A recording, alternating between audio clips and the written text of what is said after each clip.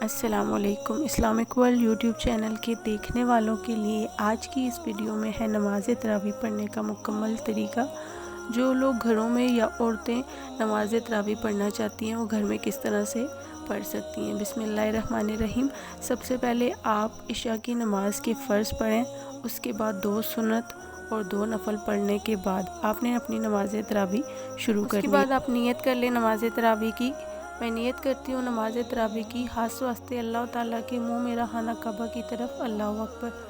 आप 2 रकत पढ़ते हैं तो 2 रकत की नियत करेंगे और 4 रकत पढ़ते हैं तो 4 रकत की नियत करेंगे। नियत आप दिल में भी कर सकते हैं, 2-2 रकत करके पढ़ें तो ज़्यादा अफसर। अपने नमाज़ तरावी बिल्कुल इसी तरह से पढ़नी है जिस तरह आप अपनी आम रूटीन में 2 नफल पढ़ते हैं।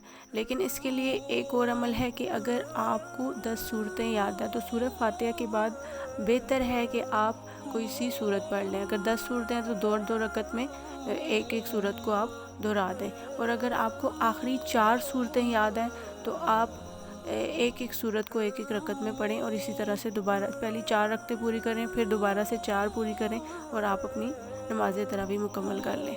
लेकिन अगर आपको सिर्फ एक ही सूरत आती है सूरह इखलास तो भी कोई मज़ायका नहीं है, आप सूरह फातिहा के बाद आम नफल की तरह सूरह इखलास भी पढ़ सकते हैं। इसी तरह आपने जब 4-4 रकतें पूरी कर लेनी है, यानी 2-2 करके पढ़ रहे हैं तो 2-2 के बाद 4 जैसे कंप्लीट होती हैं, या आप 4 रकतें इकट्ठी नियत कर रहे हैं तो 4 कंप्लीट करने के बाद सलाम फेरने के बाद आपने तरावी की दुआ पढ़नी है आपने 4 रकतों के बाद। अगर आपको दुआए तरावी नहीं आती, मैं स्क्रीन पे दिखा रही हूँ, आप देख के भी पढ़ सकते हैं। इस टाइम आपकी स्क्रीन पे दुआए तरावी शो हो रही है। अगर आपको दुआए तरावी नहीं आती तो कोई सी भी दुआ जो आपको आती है आपने 4 रकतें पूरी करने के बाद पढ़ लेनी है। अगर आपको कोई और दुआ भी नहीं आती तो आप कोई भी ज़िक्र की एक तस्बीह कर सकते हैं। 4 रकतों के बाद सुभान अल्लाह पढ़ सकते हैं, अल्हम्दुलिल्लाह की एक तस्बीह कर सकते हैं।